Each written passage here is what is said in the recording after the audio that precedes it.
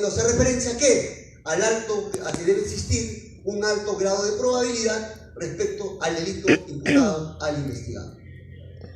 Es decir, sobre este tema, prácticamente el acuerdo plenario lo único que ha hecho es repetir lo que ya se venía diciendo, pero ha utilizado una nueva terminología.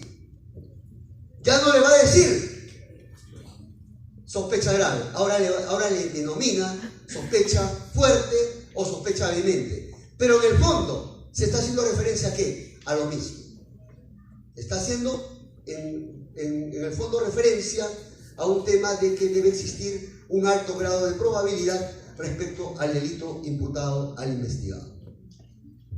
Hasta aquí es lo que ha hecho el acuerdo plenario. ¿Algo nuevo ha dicho el acuerdo plenario sobre el estándar probatorio? Creo yo que no. Es decir, ha repetido lo mismo que se ha venido diciendo a propósito de la sospecha grave, de la sospecha fuerte o de la sospecha vehemente que se exige a propósito de la apariencia del buen derecho. Bueno, hasta aquí todo es bla, bla, bla, bla, es decir, un poco más de lo mismo.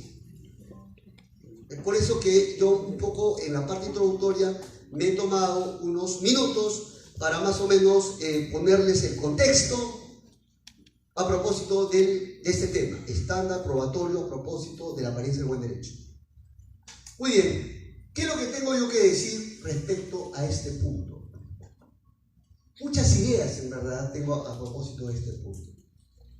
El primer tema que me interesa es que para establecer si existe o no sospecha grave, sospecha fuerte o sospecha vehemente sobre el delito imputado al investigado, básicamente lo que tiene que hacerse, ¿qué cosa es? Tiene que valorarse los elementos de convicción. En el fondo, ¿qué tiene que hacerse? Tiene que hacerse una valoración de las pruebas que ha llevado el fiscal ante el juez para pedir prisión preventiva. Y es por eso que creo yo importante, aquí es importante traer a colación la institución jurídica de la teoría de la prueba en cuanto a la valoración de la prueba, porque aquí lo que en el fondo se va a hacer es valorar pruebas. Y así es que yo los invito a ustedes a que lean un poco o investiguen un poco a propósito de la valoración de las pruebas. Porque cuando el juez hace la operación probatoria respecto a la valoración de los elementos de convicción, lo que en el fondo está haciendo, ¿qué cosa es? Es una valoración de las pruebas que ha presentado ¿quién? El fiscal ante el juez para pedir la prisión preventiva de un imputado determinado. Y aquí viene el gran problema. Y esto me lleva a plantear una segunda idea. ¿Cómo debe hacerse la valoración de las pruebas? ¿Cómo debe hacerse la valoración de las pruebas? ¿Cuál es la operatividad que debe realizarse para efectuar la valoración de esas pruebas? Que a este nivel se llama ¿qué cosa? Elementos de convicción. O para ser más rigurosos, porque hay mucha gente, ¿no?, que dice que hay que utilizar los términos rigurosos, aquí se habla solamente de elementos de convicción, ¿no? Y no puede hablarse de la valoración de pruebas. No, señores, creo yo que esa es una postura equivocada, porque aquí lo que se están haciendo son valorar pruebas. Lo que lleva el fiscal ante el juez son pruebas para pedir la prisión preventiva en contra de un determinado investigado. Lo que pasa es que a este nivel todavía no se le llama técnicamente pruebas, pero en el fondo son pruebas, quieras o no. Lleva declaraciones, seguramente lleva pericias ante el juez, o seguramente lleva documentos. ¿Qué está llevando ante el juez?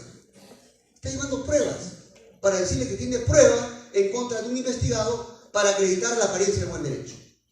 Es decir, hay que quitarnos ya la venda de los ojos. Prácticamente lo que hace el fiscal cuando presenta los elementos de convicción y cuando el juez decide si se cumple o no con la apariencia del buen derecho, lo que hace es valorar las pruebas que ha presentado el fiscal ante el juez. Otra idea que me parece importante, entonces, cómo va a efectuarse la operativización, de qué manera debe procederse a la valoración de las pruebas. Y aquí viene una gran interrogante. ¿Cómo se valoran las pruebas? ¿Cómo se valoran los elementos de convicción? Y creo yo que este acuerdo plenario no dice mucho acerca de eso. Y aquí interesa, y aquí me voy a permitir recetarles.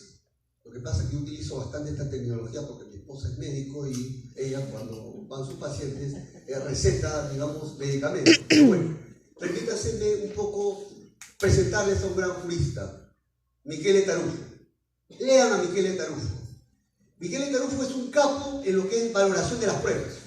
Hay un texto que se llama Prueba y Verdad. Así que revisen.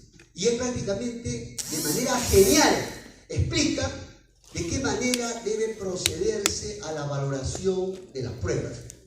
Y creo yo que las ideas de Michele Tarufo son fundamentales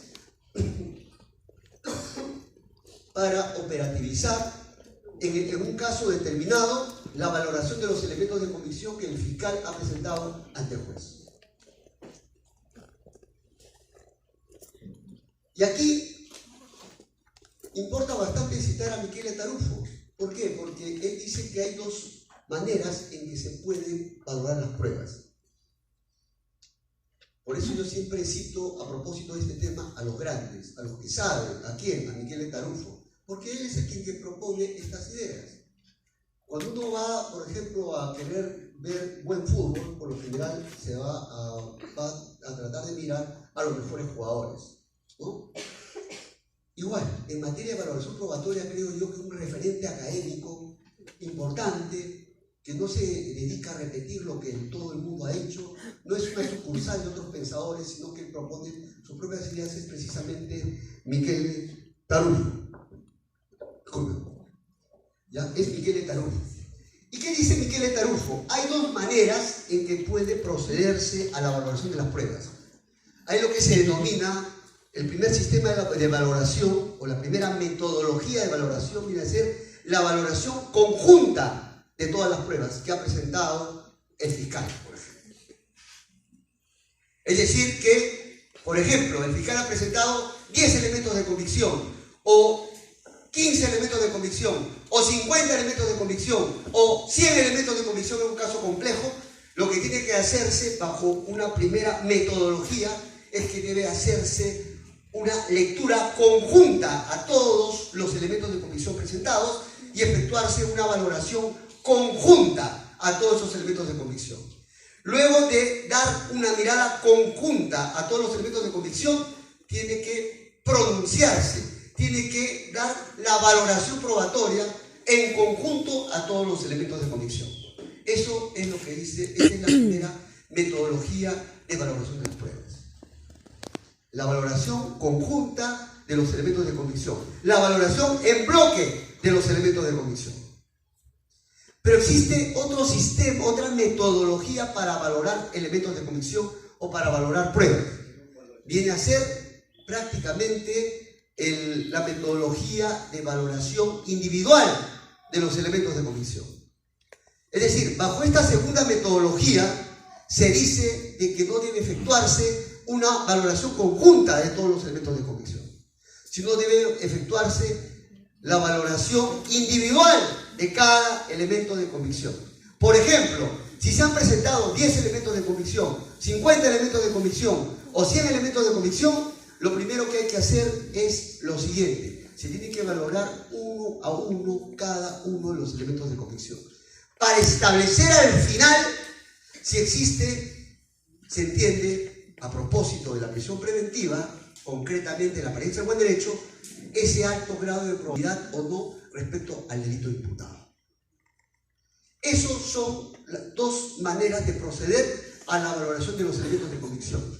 En palabras de Tarufo, esas son dos metodologías que existen para valorar pruebas, para pedir ¿qué cosa? Prisión preventiva.